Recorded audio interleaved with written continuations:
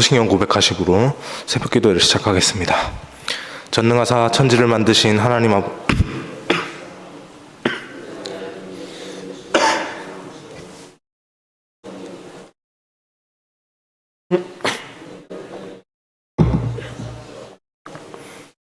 장사한 지 사흘 만에 죽은 자 가운데서 다시 살아나시며 하늘에 오르사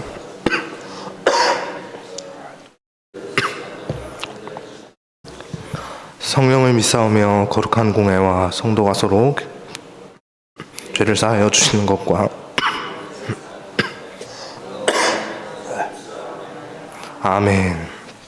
찬송가 324장 찬양하겠습니다. 324장입니다. 324장 예수나를 오라네 함께 찬양하겠습니다.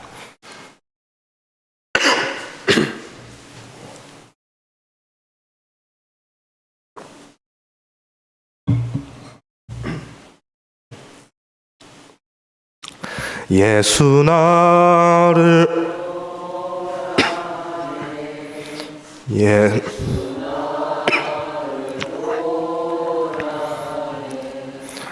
어디든 주를 따라 같이 가려네.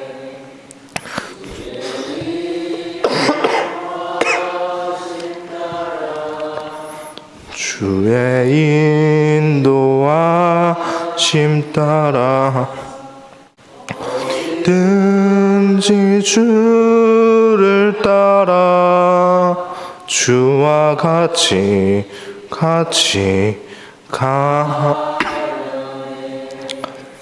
겟세마네 동산까지 주와 함께 가려 하네.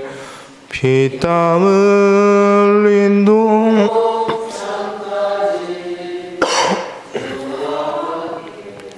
함께 가려네.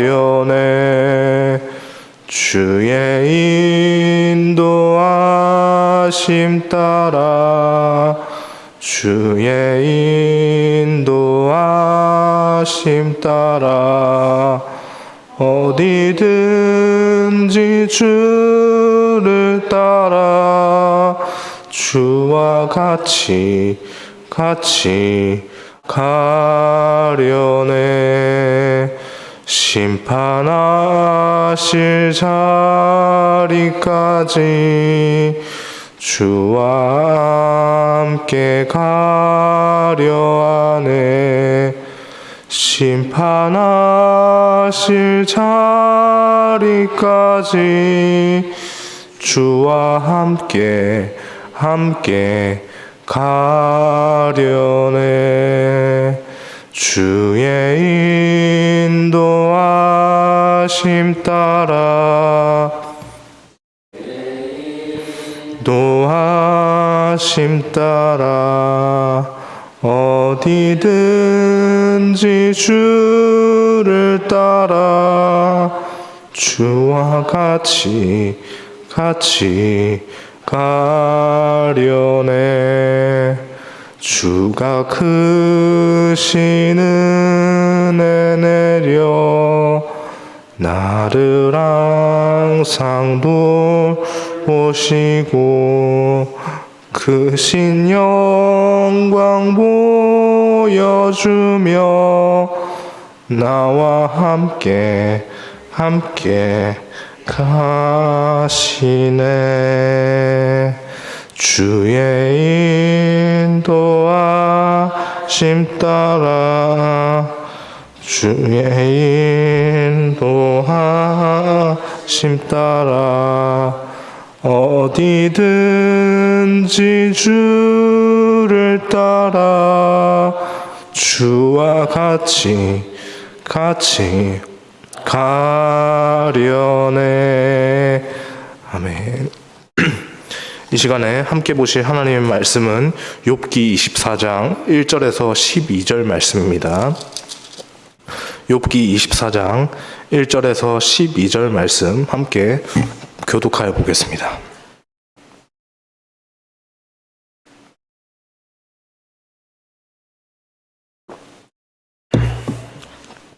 욥기 24장 1절에서 12절까지 말씀입니다. 네, 찾으셨으면 제가 먼저 1절 말씀 읽고 마지막 절 12절은 함께 읽겠습니다. 어찌하여 전능자는 때를 정해놓지 아니하셨는고 그를 아는 자들이 그의 날을 보지 못하는고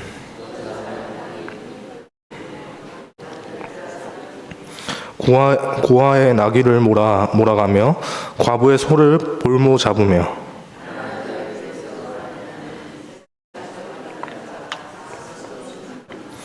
그들은 거친 광야의 들나귀 같아서 나가서 일하며 먹을 것을 부지런히 구하니 빈들이 그들의 자식을 위하여 그에게 음식을 내는구나.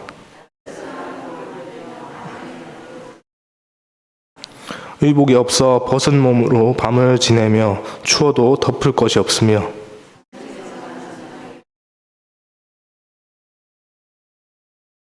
어떤 사람은 고아를 어머니의 품에서 빼앗으며 가난한 자의 옷을 볼모 잡음으로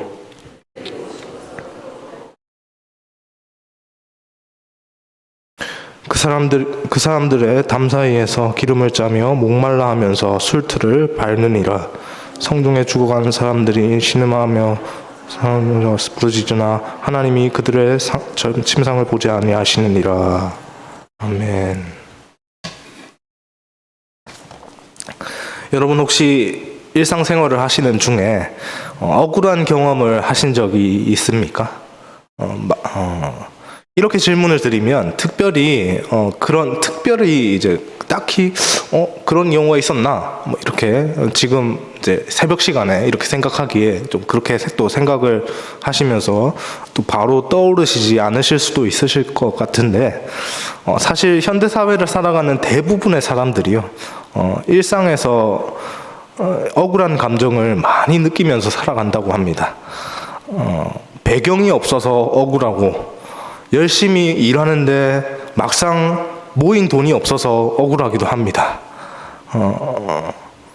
바르게 살다가 나만 손해보는 것 같아서 나만 바르게 살다가 그렇게 가난해지는 것 같아서 그렇게 억울한 감정이 들기도 하죠. 바르게 살면 뭐하나 해주는 건 아무것도 없는데 라는 감정이 때때로 올라올 때가 있습니다. 이렇게 억울한 것이 많은 세상 속에서 우리는 하나님의 부르심을 위하여 살아가고 있지 않습니까? 그렇다면 그 부르심을 받은 우리의 삶은 어떠해야 할까요? 어떻게 살아야 할까요? 라는 질문을 오늘 제가 드리면서 이제 말씀을 잠깐 보도록 하겠습니다. 오늘 본문은 욥이 엘리바스에게 대답한 이제 어제 본문은 전반부였고 오늘 본문은 그 대답의 후반부입니다. 어제 본문에서 그는 분명히 욥이 그렇게 말을 했습니다. 그러나 내가 가는 길을 그가 아시나니 그가 나를 단련하신 후에는 내가 순금같이 되어 나오리라 라고 분명히 말을 했죠. 오늘 본문을 시작하면서 하나님을 향한 한 가지의 의문을 제기합니다. 분명히 바로 앞에 고백에서 그때가 언젠지는 모르겠지만 하나님께서 나의 나를 순결한 정금으로 만드시기 위해서 이렇게 나를 연단시키실 것을 나는 믿는다라고 분명히 그렇게 신뢰하는 고백을 올렸음에도 불구하고 오늘 1절 말씀에서 어찌하여 전능자는 때를 정해놓지 아니하셨는고 그를 아는 자들이 그의 날을 보지 못하는고라고 이렇게 다시 뭔가 초기화된 것 같은 고백으로 이렇게 또 나아가는 모습을 볼 수 있습니다. 1절 말씀을 읽었는데 여기서 1절 말씀에서 말하는 때라고 하는 이 때는 심판의 때를 의미하는데요. 욥 자신의 마음을 어렵게 하는 주제인 계속해서 나오는 주제입니다. 악한 사람이 악인들이 이렇게 세상을 살아가는데 선한 사람들은 여전히 어려운 삶을 살고 있는데 악한 사람들은 도리어서 어떻게 이렇게 승승장구하고 득세하는가라고 하는 이런 주제와 관련해서 하나님께서 왜 그들을 심판하시지 않는지, 심판을 두고 보시는지 다시 질문을 하는 겁니다. 우리가 오늘 본문을 보면서 당황스러운 것은 이 지점이죠.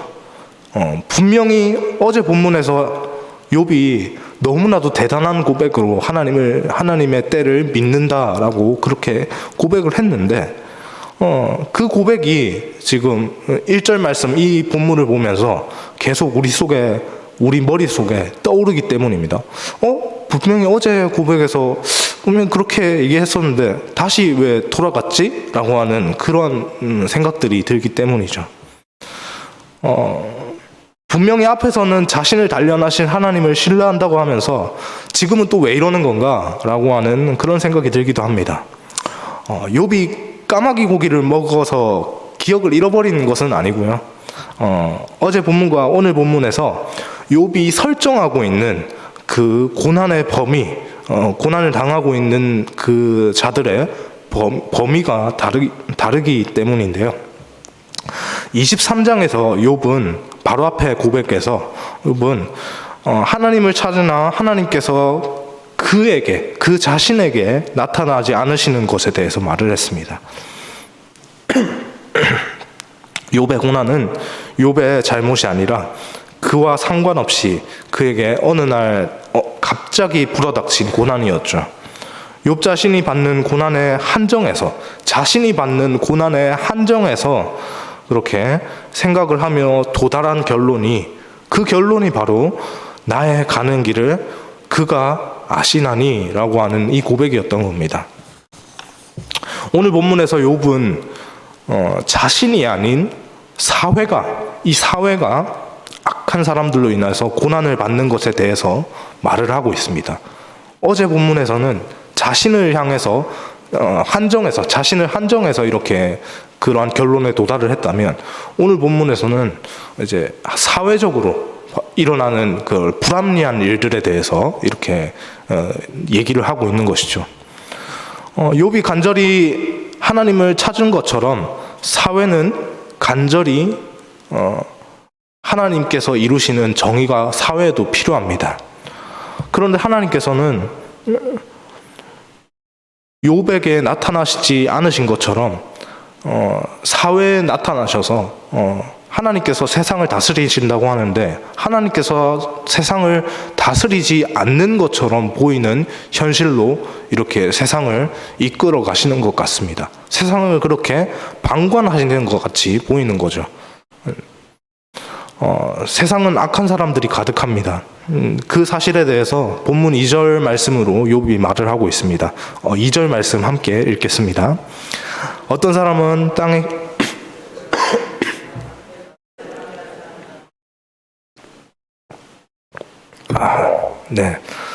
어떤 사람은 땅에 경계포를 옮긴다라고 말을 하고 있죠. 땅에 경계표를 옮기는 것은 이제 우리식으로 표현해서 이제 쉽게 말해서 남의 땅을 훔치는, 남의 땅에 분명 땅의 경계가 분명 표시가 되어 있는데 이 경계표를 옮겨가지고 내 땅의 범위는 여기까지인데 경계표를 더 옮겨서 내 땅의 범위를 확장시키거나 이렇게 변경하는 행위 아닙니까? 임의로 변경하는 행위죠. 한마디로 도둑질을 하는 겁니다. 힘으로 빼앗는 강도질을 하는 것이죠. 남에게 의도적으로 악을 행하는 이런 사람들은 이런 악한 사람들은 마땅히 벌을 받아야 합니다. 그런데 현실은 이와는 정반대라고 하는 것을 이렇게 욥이 한탄하는 것입니다. 벌을 받아야 마땅한 사람들이 벌을 받지 않아 악한 세상에 악한 사람들이 가득합니다. 불의가 넘치는 세상에 불의한 자들이 성공하고 득세하고 더 떵떵거리면서 그렇게 살아가는 것으로 보이는 것이죠. 사회는 그들이 악한 행위들을 한 것을 모를 때도 있고, 또 약육강식의 원리가 적용이 되어서 강자가 선한 자가 되는 경우도 참 많습니다. 그렇게 사회에서 정의가 실현되지 않으면 모든 것을 아시고 정의로우신 하나님께서 사회적으로 그런 정의들이 실현이 되지 않으면 모든 것을 아시고 정의로우신 하나님께서 모든 것을 다스리시는 그 만물의 하나님께서 그렇게 그들에게 벌을 주셔야 할 것 같은데, 당연한 생각인데, 그 당연한 생각에 맞지 않게 현실은 욥이 볼 때 하나님께서는 여전히 세상 가운데서 침묵하시는 것 같고, 여전히 악인들이 벌을 받지 않고 이제 떵떵거리면서 승승장구하면서 잘 살아가는 것처럼 보이는 것이죠. 약육강식의 세상에 강자가 있다면 그 반대편에는 누가 있겠습니까? 약자가 있겠죠. 욥은 10절 본문에서 이 사실을 언급합니다. 10절 말씀도 같이 읽겠습니다. 그들이 옷이 없어 벌거벗고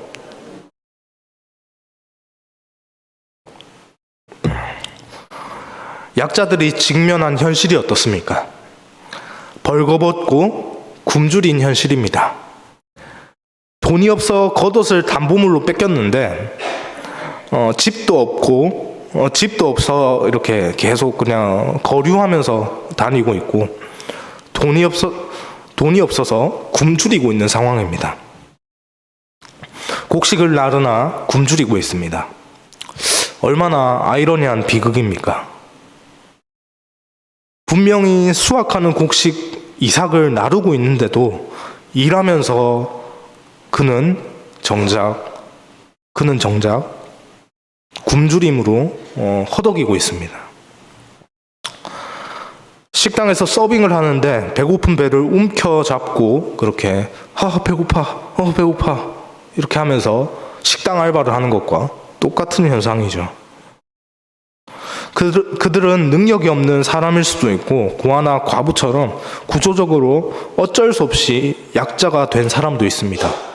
결코 그들의 어떤 잘못으로 그들이 죄를 지었기 때문에 이러한 재난과 고난의 어려움의 상황에 직면한 것이 아니라는 것이죠.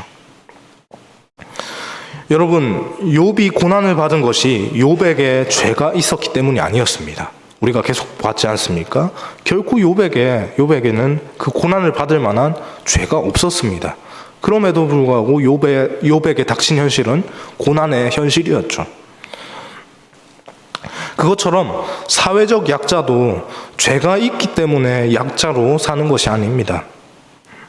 한때 사회적으로 매스컴에 이렇게 광고를 해서 이렇게 캠페인 문구로 사용이 많이 되었던 문구 중에 이런 문구가 있습니다.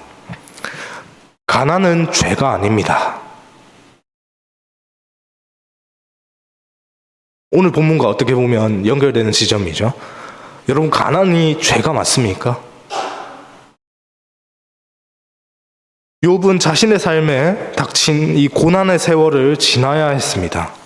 매우 억울하였지만 그 시간을 욥 자신이 견뎌내야 했죠. 사회적 약자도 그렇습니다. 매우 억울할 수 있습니다. 남편이 갑자기 세상을 일찍 떠난 것이 그런 일들이 만약에 벌어진다고 하면, 그러한 일이 벌어진 상황에 직면한 그 사람에게 있어서 그 과부에게 있어서 어떻게 그 과부에게 사람들이 너가 잘못해서 지금 이런 일이 벌어진 거다라고 그렇게 죄를 지적할 수 있겠습니까? 그것이 어떻게 그녀에게 죄가 되겠습니까? 그렇지만 그녀도 그 고난을 참고 지나야 합니다. 그 사람도 참고 지나야죠. 배고픈 배를 움켜잡고 곡식단을 지고 가고 있지만 불평하고 좌절할 것이 아니라, 내가 배고픈데 나는 지금 여전히 저 곡식들을 옮기면서도 나는 배고픈데 나는 왜 이런 현실 속에 살고 있는가라고 그렇게 불평하고 좌절하고 세상이 부조리함을 바라보면서 그렇게 원망하고 안 좋은 말들을 쏟아낼 것이 아니라 하늘을 바라보아야 합니다. 하늘을 찾아야 합니다. 하늘에 누가 계시기 때문입니까? 하나님이 계시기 때문입니다. 욥처럼 말이죠. 욥이 자신의 고난을 두고 누구를 바라보았습니까? 바로 앞전의 상황에서 욥은 자신의 고난을 두고 분명하게 그러나 나의 가는 길을 그가 아신다라고 하늘을 바라보았습니다. 말씀을 정리하겠습니다. 욥이 자신의 고난에 대해 이야기하면서 사회적인 약자에 대해서 이야기하는 것을 보았습니다. 여기서 말하는 약자들은 선을 행하며 살아가는데 그러다 보니 악인들로부터 억울한 일을 많이 당하게 되는데요. 그런데 아이러니한 현실은 선을 행하는 사람들, 이 사람들은 늘 약자의 포지션에 있는 반면에 악을 행하는 사람들은 계속해서 승승장구하는 것이 세상의 원리 가운데서, 그 약육강식의 원리 가운데서 계속해서 노출되고 우리 눈에 보여진다는 겁니다. 이런 상황이 우리 삶에 펼쳐지고 우리 눈으로 이렇게 그 상황들을 목도할 때마다 우리의 마음이 얼마나 어려워집니까? 이런 상황을 우리는 어떻게 바라보며 살아야 할까요? 여러분, 방금 전에도 말씀드렸지만 하늘을 바라보십시오. 하늘에 계신 하나님을 바라보십시오. 하나님께서 심판하십니다. 그렇기에 세상의 악한 사람들에게 세상의 악한 사람들의 그 눈치를 바라보면서 세상을 살아갈 것이 아니라 세상을 심판하시고 당신의 공의대로 정의대로 그렇게 이끌어 가시는 하나님 앞에서 우리가 하나님을 인식하면서 하나님을 의식하면서 살아야 합니다. 하나님 앞에서 떨며 그렇게 다시 오실 예수님의 때를 준비해야 합니다. 비록 지금은 고난을 받거나 때때로 약자의 모습으로 그렇게 하나님 앞에 그렇게 있는다 할지라도 하나님께서 심판하실 때 욥이 그렇게 기도하고 말했던 것처럼 덩금같이 되어서 나아가는 존재들로 우리가 그렇게 나타나야 할 줄 믿습니다. 그것이 어쩌면 하나님께서 우리에게 원하시는 바가 아닐까 그런 생각을 해봅니다. 악한 사람의 부가 아니라 악한 사람 저 사람들 왜 저렇게 악한 행동을 하는데도 저렇게 떵떵거리면서 잘 살지 이것이 아니라 그 악한 사람들의 악한 행위를 보십시오. 의인의 약함이 아니라 의인의 행위에 선을 보십시오. 악인의 강함을 부러워하지 말고 의인의 선한 수고를 이 헛수고다 이렇게 생각할 것이 아니라 선한 수고를 바라보고 그렇게 그 선한 수고를 계속해서 이어갈 수 있는 우리의 모습이 되었으면 좋겠습니다. 하나님께서 심판하십니다. 하나님을 보며 살 수 있는 은혜가 우리에게 있길 소망합니다. 세상을 두려워하거나 불평하지 말고 오직 하나님 앞에서 내가 하나님 앞에서 어떤 사람이 되어야 하는가를 우리 날마다 묵상하며 그렇게 나아갈 수 있길 소망합니다. 심판주는 오직 하나님 한 분이십니다. 하나님께서 심판하십니다. 심판주 되신 하나님께 모든 것을 맡겨드리는 은혜가 오늘 하루를 시작하는 우리 모두에게도 있기를 간절히 소망합니다. 기도하겠습니다. 사랑해 주님 감사합니다. 하나님, 세상의 악한 상황들을 바라보면서 때때로 우리 마음이 어려워질 때가 참 많습니다. 악한 상황들은 계속 벌어지는데 그럼에도 불구하고 하나님 세상을 다스리신다고 하시는 하나님께서는 뭔가 즉각적인 심판을 하시지 않고 계속해서 악한 사람들이 잘 살고 이렇게 성공하는 것처럼 보이는 이러한 현실들이 계속 우리 눈에 밟히기 때문입니다. 하나님, 이러한 현실들 가운데서 우리가 기억해야 할 것은 그럼에도 불구하고 하나님께서 세상을 다스리시고 하나님의 때에 하나님의 방법으로 그 모든 공의와 정의를 행하실 것이라는 것을 지금도 그렇게 행하고 계시다는 것을 하나님 우리가 믿을 수 있게 하여 주옵소서. 하나님의 그 선하신 뜻이 온전히 이루어지는 것을 바라고 믿으면서 하나님 우리에게 주어진 것 다른 사람을 향해 시선을 두고 저 사람 왜 저래? 저 사람 저렇게 악한데 왜 저렇게 잘 되지? 라고 그렇게 하는 것이 아니라 하나님께서 이 모든 것들을 하나님의 때에 이루실 것이니 하나님 저는 사람들 바라보지 않고 제 모습을 하나님께 올려드리는 제 모습을 바라보며 그렇게 하나님께만 집중하겠습니다 라고 그렇게 나아가는 하나님의 사람들로 모두 세워질 수 있는 은혜가 우리 모두에게 있게 하여 주옵소서. 그 은혜로 오늘 하루를 시작하는 이 아침에도 또 은혜로 함께하여 주옵소서. 감사합니다. 이 모든 말씀 살아계신 예수님의 이름으로 기도합니다.